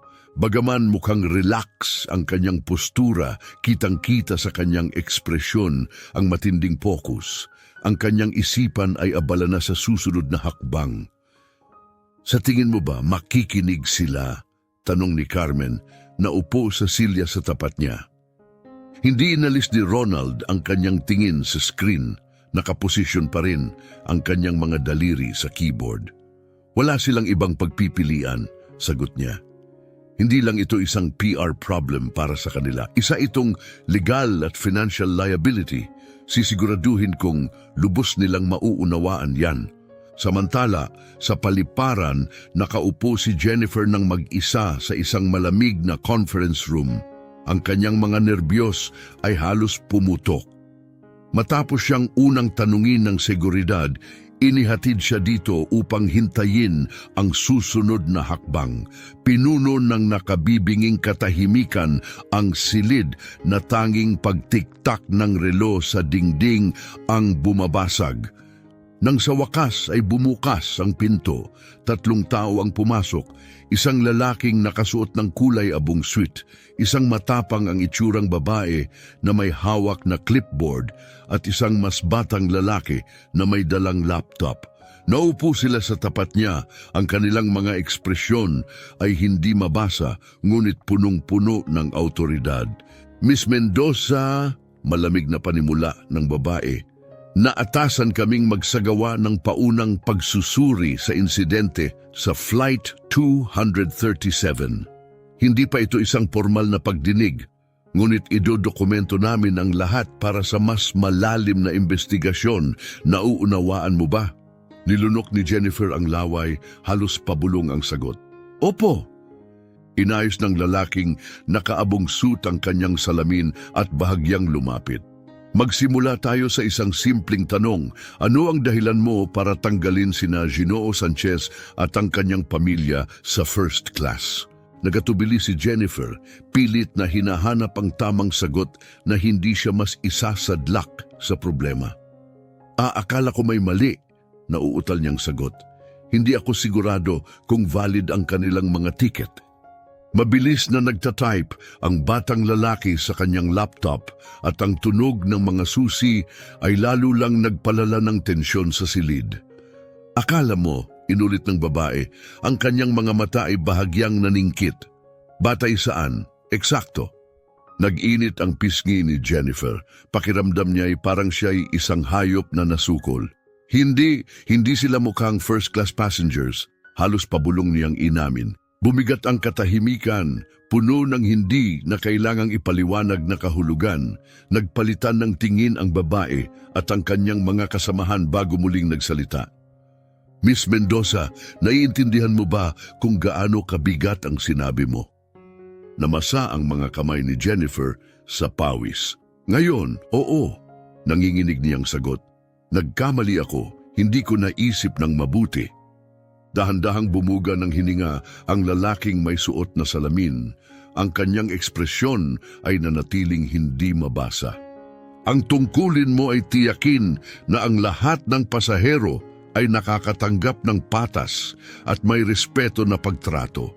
Ngayon, nabigo kang gampanan ng responsibilidad na iyon sa paraang may malalalim na epekto, hindi lang para sa iyo kundi para sa buong kumpanya. Dahan-dahang ibinaba ni Jennifer ang kanyang tingin. Ang bigat ng kanyang mga pagkakamali ay unti-unting lumulubog sa kanya. Akala niya ay ginagawa lamang niya ang kanyang trabaho, pero ang totoo, ipinakita niya ang kanyang bias. At ngayon, binabayaran niya ang halaga nito. Para bang ilang oras ang lumipas habang patuloy na sinusuri ng review team ang bawat desisyong ginawa niya sa flight. Nang matapos ang sesyon, pakiramdam ni Jennifer ay parang piniga ang kanyang pagkatao. Alam niyang isang hibla na lang ang nagtatali sa kanyang karera at hindi niya alam kung hanggang kailan ito tatagal. Habang inilalabas siya mula sa silid, napatingin siya sa isang screen kung saan naka-flash ang isang breaking news headline. Primary airline shareholder demands reform after discriminatory incident on board. Nanikip ang kanyang dibdib. Hindi na lang ito tungkol sa kanya. Mas malaki na ito kaysa sa kanyang inakala. Pagdating ng pamilya Sanchez sa kanilang bahay, sumabog na ang kwento sa social media at pangunahing balita. Nag-uumapaw ang mga headlines. Airline faces backlash after mistreatment of shareholders' family. Discrimination at 30,000 feet, family removed despite first-class tickets. Ang bawat artikulo ay nagpinta ng masamang imahe ng airline, hindi lamang ukol sa insidente kundi pati na rin sa mas malawak na isyung kinakatawan nito. Sa kanyang opisina, tahimik na binabasa ni Ronald ang sunod-sunod na balita. Ang suporta mula sa publiko ay malinaw. Isang dambuhalang alon ng galit at pagkadismaya. Maraming tao ang nagbahagi ng sarili nilang karanasan ng diskriminasyon, tinatag ang airline at humihingi ng hustisya. Sunod-sunod ang pag-vibrate ng kanyang telepono sa dami ng tawag at mensahe. Ngunit karamihan ay hindi niya pinansin. Ang focus niya ay nasa paghahanda para sa kanyang meeting sa CEO ng airline kinabukasan. Sa sala, pinanood ni Carmen ang isang segment ng balita kung saan isang panel ng eksperto ang nagde-debate tungkol sa insidente. Hindi lang ito tungkol sa isang pamilya na inalis sa kanilang upuan, sabi ng isang komentador. Ipinapakita nito ang isang sistematikong problema sa mga industriya na nakaharap sa publiko, ang implicit biases na nagdidikta kung sino ang tinatrato ng may dignidad at sino ang binibigyan ng duda. Pinatay ni Carmen ang tunog ng TV at tumingin kay Sergio na masayang naglalaro ng kanyang mga bloke, walang kaalam-alam sa kontrobersyang bumabalot sa kanilang pamilya. Isang matibay na determinasyon ang bumalot sa kanyang dibdib. Iniingatan niya ang kawalang malay ng kanilang anak, ngunit mas lalo siyang ginanyak na ipaglaban ang pagbabago. Sa punong tanggapan ng airline, isang emergency crisis meeting ang nagaganap. Si Roberto Aquino, ang CEO ng airline, ay nakatayo sa harap ng isang mahaba at makintab na conference table. Ang kanyang panga ay mahigpit habang pinapakinggan ang kanyang executive team na nagmamadaling humanap ng solusyon. Nakakalat sa mesa ang mga report, screenshots ng media coverage at social media analytics. Bawat minuto, may panibagong headline, panibagong backlash, panibagong galit mula sa publiko. Ito ay isang kalamidad, bulong ng isang executive habang binabasa ang mga ulat. Nagkaroon na tayo ng PR problems dati, pero ito, iba ito. Hindi lang ito simpleng customer complaint, kasama rito ang isang major shareholder. Kung hindi natin ito mahawakan ng tama, maaari natin siyang mawala. At mas malala, ang reputasyon natin ay tuluyang masisira. Itinaas ni Roberto ang kanyang kamay, pinatigil ang pag-uusap. Nasaan na tayo sa internal review? Nasuspindi na ang flight attendant habang patuloy ang investigasyon, sagot ng senior HR manager. Kumunot ang noo ni Roberto, halatang hindi natuwa. Suspended, hindi yan sapat. Si Ronald Sanchez to, hindi siya taong madaling makalimot. Hindi lang siya naghahanap ng paumanhin, gusto niya ng tunay na pagbabago. Nagpalitan ng tingin ang mga executive. Alam nilang wala silang pagpipilian kundi ipakita na seryoso sila. Bago pa sila pilitin ni Ronald Sanchez na gawin ito, nakaupo si Jennifer nang walang kagalaw-galaw sa kanyang sofa, nakatitig sa matatalas na salitang nakasulat sa screen ng kanyang laptop. Abiso ng pagtatapos. Ang email mula sa HR ay maikli at walang emosyon. Ang iyong mga kilos sa Flight 237 ay itinuturing na isang paglabag sa pangunahing mga halaga at patakaran ng serbisyo sa customer ng aming kumpanya. Simula agad, ikaw ay natanggal sa trabaho. Paulit-ulit niyang binasa ang mga salita, ngunit hindi pa rin niya ito lubusang maunawaan. Ilang oras pa lang ang nakakalipas, iginagalang pa siya bilang isang flight attendant. Ngayon, tapos na ang kanyang karera, at ang pinakamasakit, wala siyang ibang masisisi kundi ang sarili niya. Nag-vibrate ang kanyang cellphone dahil sa sunod-sunod na notifications, mga mensahe mula sa mga kaibigan, dating kasamahan at maging malalayong kamag-anak na nakakita ng balita. Ang ilan ay nagpaabot ng simpatya, ang iba na may diretsahang nagbigay ng kritisismo. Hindi niya pinansin ang alinman sa mga ito, pinanood niya ang TV upang maibaling ang isip, ngunit ang bumulaga sa kanya ay isang news anchor na tinatalakay ang mismong insidenteng nagpabagsak sa kanyang buhay. Ang paraan ng airline sa paghawak ng sitwasyong ito ay nagdulot ng matinding galit mula sa publiko, lalo na't malinaw ang rasistang implikasyon sa naging kilos ng flight attendant. Isa itong matinding paalala na ang unconscious bias, gaano man ito hindi sinasadya, ay may seryoso at tunay na epekto. Agad niyang pinatay ang telebisyon, mahigpit na pinikit ang kanyang mga mata. Pinaniwala niya ang sarili na sinusunod lang niya ang protocol, na wala siyang masamang intensyon.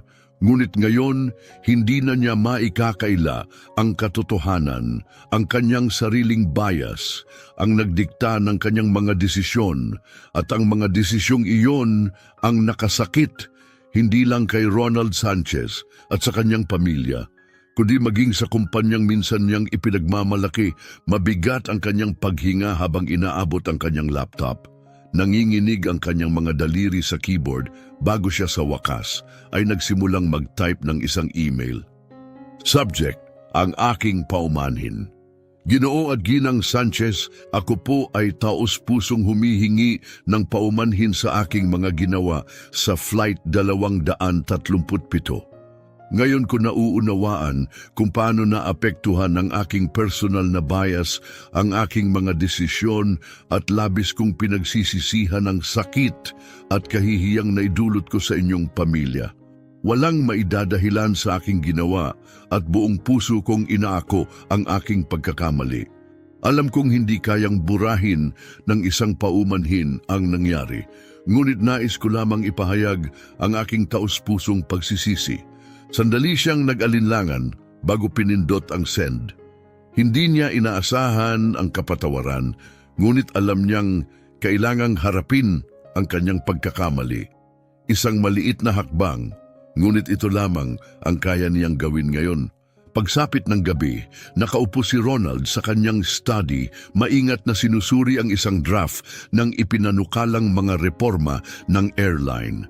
Nakasaad sa dokumento ang mga mandatoryong training programs, accountability measures, at ang pangakong itataguyod ang isang mas inklusibong kultura ng kumpanya. Pumasok si Carmen sa silid, may dalang isang tasang mainit na tsa. Tahimik niya itong inilapag sa tabi ng asawa at umupo sa tapat niya.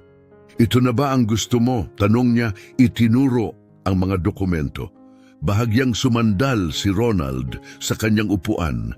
Ang kanyang ekspresyon ay mapanuri. Simula pa lang ito, aminado niyang sagot. Ngunit hindi pa ito sapat. Tahimik na pinanood siya ni Carmen, hinihintay ang kanyang susunod na sasabihin. Hindi lang ito tungkol sa pagpaparusa sa isang empleyado, patuloy ni Ronald. Tungkol ito sa pagsigurong walang ibang taong makakaranas ng naranasan natin. Tumango si Carmen, marahang ipinatong ang kamay sa kanyang balikat. Kung ganun, titiyakin nating tutuparin nila ang mga ipinangako nila. Bahagyang ngumiti si Ronald, ngunit nanatili ang matibay na determinasyon sa kanyang mukha. Hindi pa tapos ang laban, pero hindi rin natitinag ang kanyang paninindigan.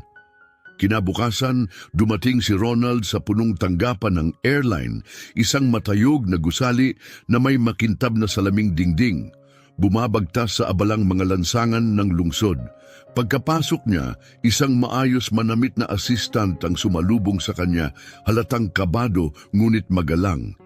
Ginoo Sanchez, bati nito bahagyang yumuko. Inaantay na kayo ni Ginoo Aquino. Dito po. Tahimik na sinundan ni Ronald ang babae sa makinis at maaliwalas na pasilyo. Ramdam niya ang mga lihim na tingin ng mga empleyado habang siya ay dumaraan. Ang ilan ay may kuryosidad, ang iba'y may pag-aalinlangan. Alam nilang lahat kung bakit siya narito.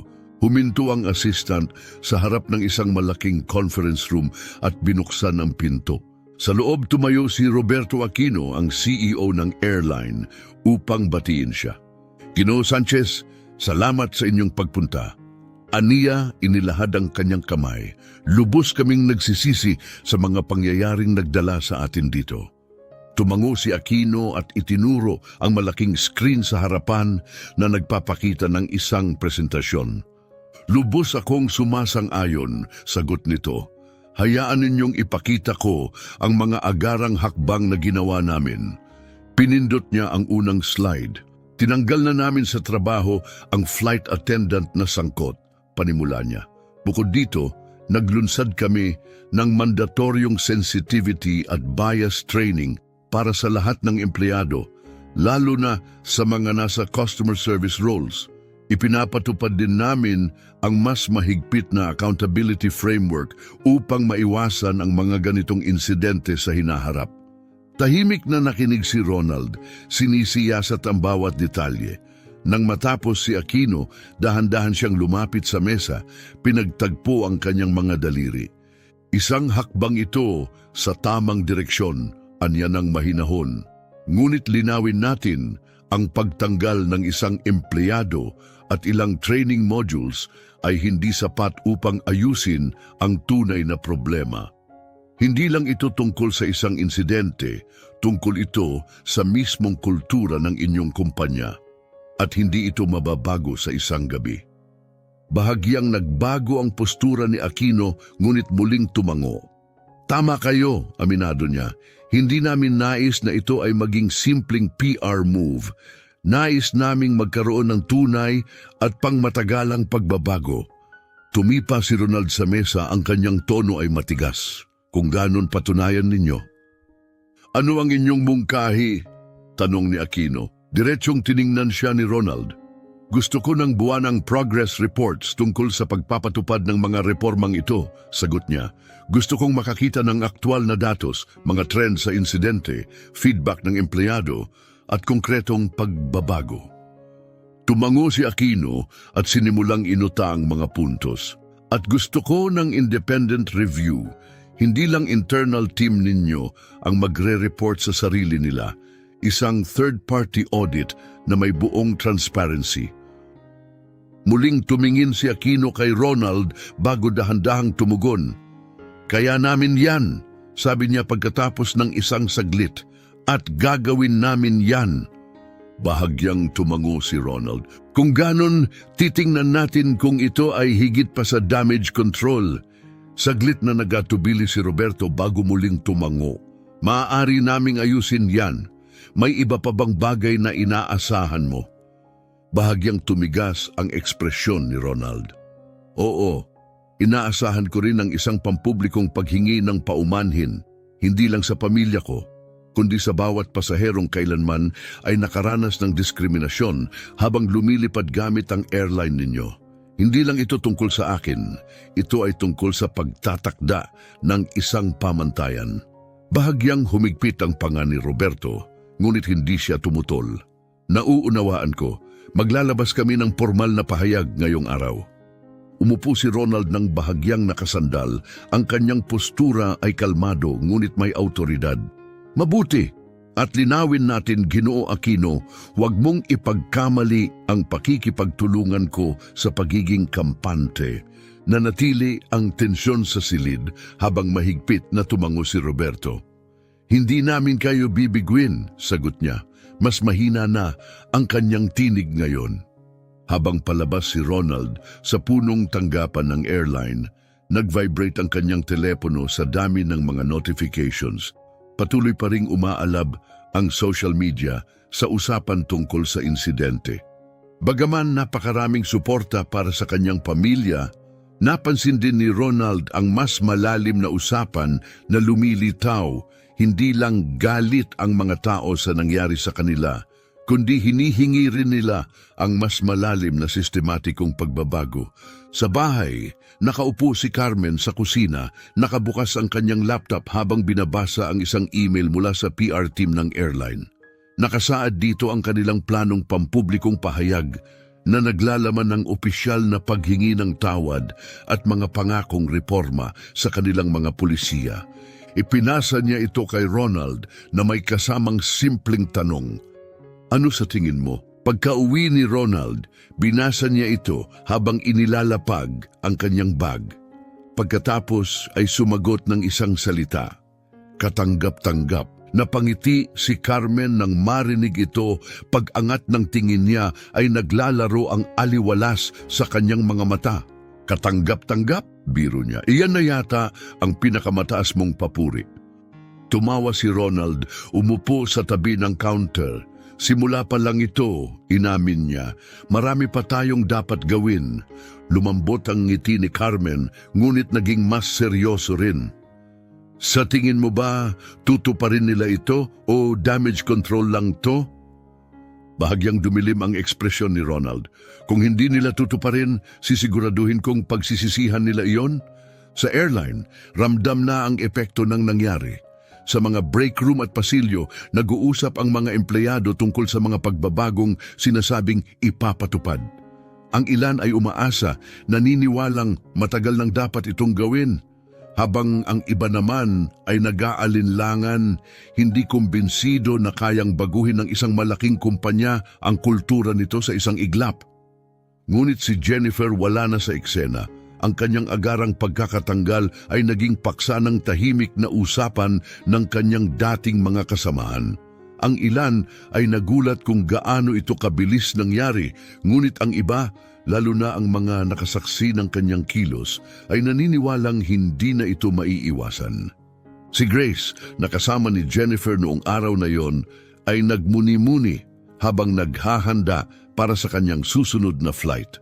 Matagal na niyang napansin ang hindi pinapansing bias sa industriya. Ngunit ngayong naipakita ito sa publiko sa ganitong kahihiyang paraan, napagtanto niyang hindi na pwedeng ipagwalang bahala. Ipinangako niya sa sarili na magiging mas maingat at patas sa kanyang trabaho. Sisiguraduhing mararamdaman ng bawat pasahero ang respeto at dignidad na nararapat sa kanila. Kinagabihan habang naghahanda na para matulog sina Ronald at Carmen, isang maliit na figura ang lumitaw sa pinto ng kanilang silid. Si Sergio, hawak pa rin ang kanyang laruan, ay nakatitig sa kanila ng may inosenteng kuryosidad. "Mommy? Daddy?" bulong niya. "Galit pa rin ba ang mga tao sa nangyari sa eroplano?" Lumuhod si Ronald, maingat na niyakap ang anak. "May mga taong nababahala," paliwanag niya, kalmado ang tinig. "Pero dahil gusto nilang maging mas maayos ang lahat at tumutulong tayo para mangyari yon." Tumango si Sergio, mahigpit na kumapit sa kanyang ama. "Ayusin niyo po." Ngumiti si Ronald, hinaplos ang buhok ng anak. "Yan ang plano, anak." Napangiti si Sergio at masiglang tumakbo pabalik sa kanyang kwarto. Pinanood siya ni Carmen habang bumalik ito sa kanyang kama bago ibinalik ang tingin kay Ronald, ang kanyang mga mata puno ng determinasyon. "Aayusin natin to," sabi niya. "Hindi lang para sa atin, para sa lahat." Tumango si Ronald, hindi natinag ang paninindigan. "Hindi pa ito ang katapusan," anya. "Simula pa lang ito." Kinabukasan, inilabas na ng airline ang kanilang pampublikong paghingi ng tawad. Malawakang itinampok ito sa balita, sinusuri ng mga eksperto ang bawat linya ng pahayag. Ang mensahe ay malinaw at direkta. "Lubos naming pinagsisisihan ang insidenteng naganap sa Flight 237 na kinasangkutan ni Ginoo Sanchez at ng kanyang pamilya. Ang pangyayaring ito ay hindi sumasalamin sa aming mga halaga at kami ay buong pusong nakatuon sa pagsasagawa ng makabuluhang hakbang upang matiyak na hindi na ito mauulit. Simula agad, ipinatutupad namin ang mga sumusunod, mandatoryong training programs, pagpapalakas ng aming mga pulisiya at pagsasagawa ng third-party review ng aming organisasyong mga gawi upang mapanatili ang katarungan at respeto para sa lahat ng pasahero." Sa dulo ng pahayag, naglabas ang airline ng formal na paghingi ng tawad sa pamilya Sanchez na kinilala si Ronald hindi lang bilang isang shareholder, kundi bilang isang pinahahalagahang customer na dapat ay tinrato ng mas maayos. Ngunit para kay Ronald, hindi sapat ang isang press release. Ito pa lamang ang unang hakbang.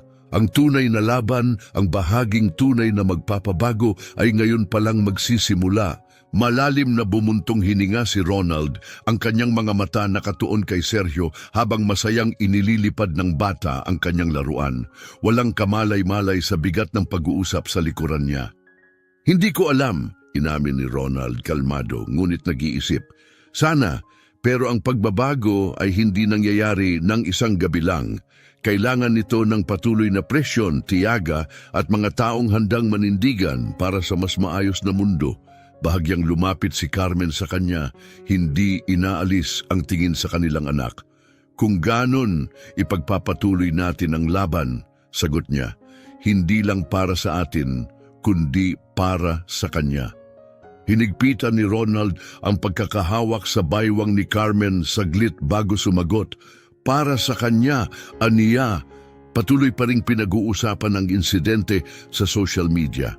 Ang ilan ay pinuri ang airline sa pagtanggap ng responsibilidad. Ngunit marami ang nanatiling may pag-aalinlangan, nagtatanong kung may tunay bang magbabago o kung damage control lang ito. Patuloy na trending ang mga hashtag na accountability matters at Jediding Flyfair, nag-uudyok ng mas malawak na diskusyon tungkol sa bias at diskriminasyon sa industriya ng customer service. Habang tinatapos ang kanyang almusal, binasa muli ni Ronald ang pampublikong pahayag ng airline, malalim ang iniisip. Sa tapat niya uminom ng kape si Carmen, pinagmamasdan siya.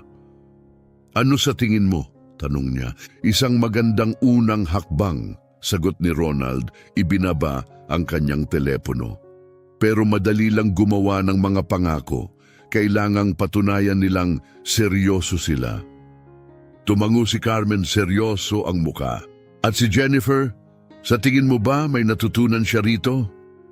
Sandaling natahimik si Ronald, nag-iisip bago sumagot. "Hindi ko alam," aminado niyang sagot, "pero sana. Ang mga taong katulad niya ang bahagi ng problema, pero kung handa silang magbago, maaari rin silang maging bahagi ng solusyon." Sa kanyang maliit na apartment, tahimik na nag-scroll si Jennifer sa mga balita, pabigat ng pabigat ang kanyang pakiramdam sa bawat headline na nababasa niya. Hindi na pagaan ng pampublikong paghingi ng tawad ng airline. Ang bigat ng kanyang ginawa, sa halip, parang mas lalo itong bumigat. Paulit-ulit niyang nakikita ang mga salitang bias, diskriminasyon at unconscious prejudice, at bawat ulit ay parang isang direktang harapang pag-amin ng kanyang sariling pagkukulang. Binuksan niya ang kanyang email, muling binasa ang mensaheng ipinadala niya sa pamilya Sanchez kagabi. Wala pang sagot, hindi naman niya ito inaasahan. Hindi siya sigurado kung karapat-dapat siyang patawarin, ngunit alam niyang kailangan niyang akuin ang kanyang pagkakamali. Hindi nito mabubura ang nangyari, ngunit ito ay isang hakbang patungo sa pananagutan.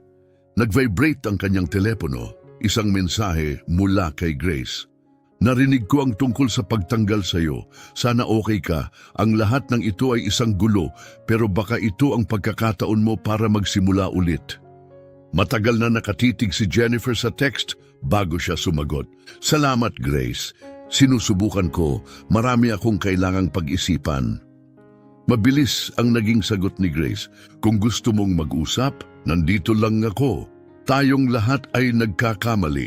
Ang mahalaga ay kung paano natin ito natutunan." Ibinaba ni Jennifer ang telepono, malalim na bumuga ng hininga. "Tayong lahat ay nagkakamali. Ang mahalaga ay kung paano natin ito natutunan." Hindi pa niya alam kung ano ang susunod niyang hakbang. Ngunit isang bagay ang sigurado siya, hindi na siya maaaring maging parehong tao na dati. At ang pagbabago ay dapat magsimula sa kanya. Sa punong tanggapan ng airline, nakatayo si Roberto Aquino sa harap ng Board of Directors, ipinapaliwanag ang plano ng kumpanya para sa reforma. Nakaupo si Ronald sa dulo ng mahabang mesa, tahimik na nakikinig, ngunit kahit walang sinasabi, ramdam ang bigat ng kanyang presensya. Alam ng lahat sa silid na malaki ang nakataya. Ipinakita ni Roberto ang mga slide na naglalaman ng mga bagong patakaran, mandatory training, independent reviews at mga binagong proseso sa paghawak ng mga reklamo ng customer. Matapos ang presentasyon, hinarap niya si Ronald. "Ginoo Sanchez, naniniwala kami na ang mga hakbang na ito ay tutugon sa mga alalahaning ipinahayag ninyo. Napakahalaga ng inyong input at nagpapasalamat kami sa inyong pangako sa pananagutan." Bahagyang yumuko si Ronald, ang kanyang mga mata matalim pa rin. "Magandang simula ito," aniya. "Pero simula lang yan. Ang tanong, tutuparin niyo ba ito?" Nagpalitan ng kaba ang ilang miyembro ng board, ngunit walang nagsalita. Alam nilang si Ronald ay hindi madaling kumbinsihin ng salita lamang. Habang nag-aayos ang lahat para lumabas, lumapit ang isang nakatatandang miyembro ng board kay Ronald. May kabaitan ngunit seryoso ang kanyang mukha at mas mababa ang tono ng kanyang boses kaysa sa iba. Ginoo Sanchez, aniya, gusto ko lang ipaalam sa inyo na matagal na naming hinihintay ang ganitong klase ng pananagutan. Kailangang magbago ang kumpanyang ito. At nagpapasalamat ako na may isang taong nagtulak para sa pag-uusap na ito. Tumango si Ronald, bahagyang ngumiti. Pinahahalagahan ko yan, sagot niya. Ngayon, tiyakin nating mangyari talaga ito. Nang makauwi si Ronald, nadatnan niyang nasa likod bahay si Carmen, tahimik na pinapanood si Sergio habang tumatakbo paikot-ikot, hawak pa rin ang kanyang laruan. Lumapit si Ronald, iniakbay ang isang braso sa baywang ni Carmen. Maayos ang naging meeting, sabi niya. Ngumiti si Carmen, hindi inaalis ang tingin kay Sergio. Pinagalitan mo na naman sila? Biro niya. Tumawa si Ronald. Medyo! Saglit silang nanatiling tahimik, pinapanood ang kanilang anak. Muli, nagsalita si Carmen, mahina ngunit puno ng diwa. Sa tingin mo ba, darating ang araw na hindi na natin kailangang ipaglaban ang mga bagay na ganito? Muling bumuntong hininga si Ronald, hinagod ang kanyang mukha. Hindi ko alam, inamin niya. Baka hindi sa panahon natin. Bumaling sa kanya si Carmen, ang kanyang ekspresyon puno ng tahimik na determinasyon, kung ganon ipaglalaban pa rin natin. Nagtagpo ang kanilang mga mata at tumango si Ronald. Oo, ipaglalaban natin. Muling lumapit si Sergio, nangingislap ang kanyang mata sa tuwa. Mommy, Daddy, tignan niyo kung gaano kabilis lumipad ang eroplano ko. Ngumiti ang mag-asawa habang tumakbo muli ang kanilang anak, napuno ng kanyang halakhak ang hangin. At habang pinapanood siya ni Ronald, alam niya, hindi lang ito tungkol sa ngayon. Ito ay tungkol sa pagsigurong balang araw, hindi nakakailanganin ni Sergio na ipaglaban pa ang mga laban na ito. Malalim na bumuntong hininga si Ronald, ang kanyang tingin nakatuon sa malayo, sa abot tanaw. Baka hindi nga, inamin niya, matatag, ngunit malalim ang iniisip. Pero bawat hakbang pasulong ay naglalapit sa atin sa mas magandang hinaharap. Ang pagbabago ay hindi nangyayari ng biglaan, pero hanggat patuloy tayong kumikilos, hindi ito maiiwasan. Bahagyang isinandal ni Carmen ang kanyang ulo sa balikat ni Ronald. Isang tahimik na ngiti ang sumilay sa kanyang mga labi. Kung may sino man na kayang gawin ito, ikaw yon, aniya. Lumingon si Ronald sa kanya, ang ekspresyon niya ay mainit ngunit matibay. Tayo, mahinahon niyang itinama, magkasama tayo sa laban na to. Habang tumatawa si Sergio sa bakuran, parang gumaan kahit papaano ang bigat ng mga nakaraang araw. Hindi pa tapos ang laban, pero handa silang harapin ang anumang susunod na mangyayari. Ang epekto ng nangyari sa Flight 237 ay lumawak ng higit pa sa isang airline. Ang mga talakayan tungkol sa bias at pananagutan sa industriya ng abyasyon ay patuloy na lumakas. At ang mga pangunahing news outlet ay itinampok ang mga reformang ginawa ng airline bilang isang turning point. Iba pang airlines dahil sa lumalakas na presyur mula sa publiko ay nagsimulang mag-anunsyo ng sarili nilang mga pagsusuri sa kanilang mga patakaran.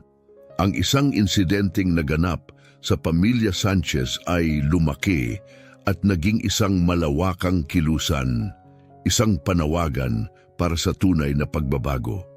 Mga advocacy groups ang gumamit ng pagkakataong ito upang itulak ang mas matibay na proteksyon laban sa diskriminasyon sa iba't ibang industriya ng customer service. Sa social media, libu-libong pasahero ang nagsimulang magbahagi ng kanilang sariling karanasan, mas pinalalakas pa ang pangangailangan para sa reforma.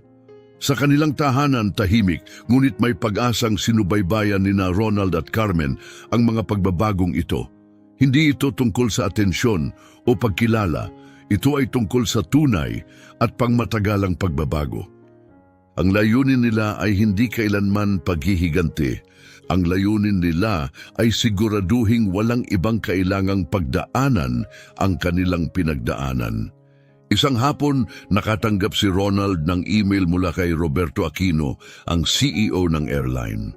Ang subject line ay simpleng ulat ng pag-unlad. Sa loob, nakasaad ang mga patuloy na reforma ng kumpanya. Ang mandatory bias at sensitivity training ay ipinatupad na at mahigit 80% ng mga empleyado ang nakatapos na ng unang bahagi. Isang third-party audit ang sinimulan upang suriin ang mga panloob na patakaran at tukuyin ang mga lugar na kailangang ayusin. Mga bagong hakbang sa pananagutan ang ipinakilala upang matiyak ang patas at pantay na pagtrato sa lahat ng pasahero. Sa dulo ng email, may isang personal na tala mula kay Roberto. Salamat sa pagpapanagot sa amin.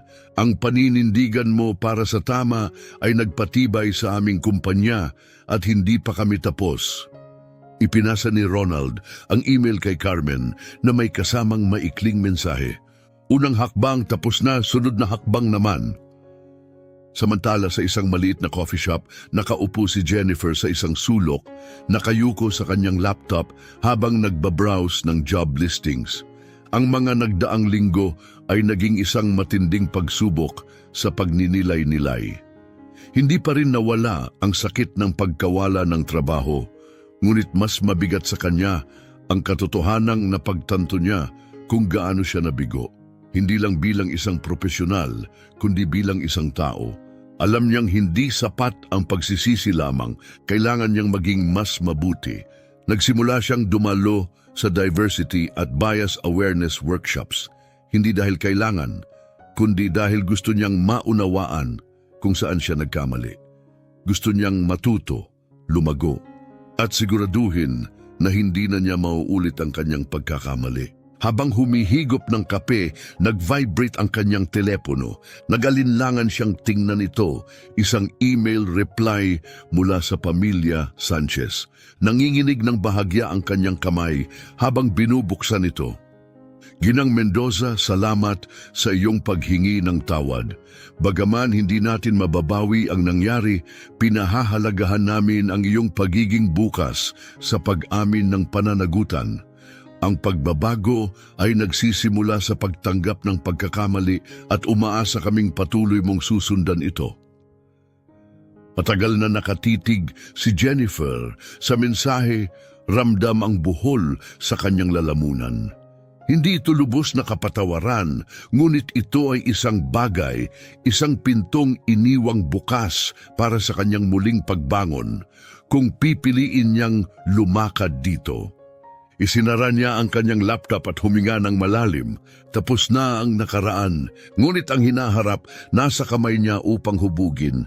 Isang buwan nang lumipas, muling sumakay ng eroplano ang pamilya Sanchez, si Ronald, si Carmen at si Sergio. Ngunit ngayon may isang malinaw na pagkakaiba.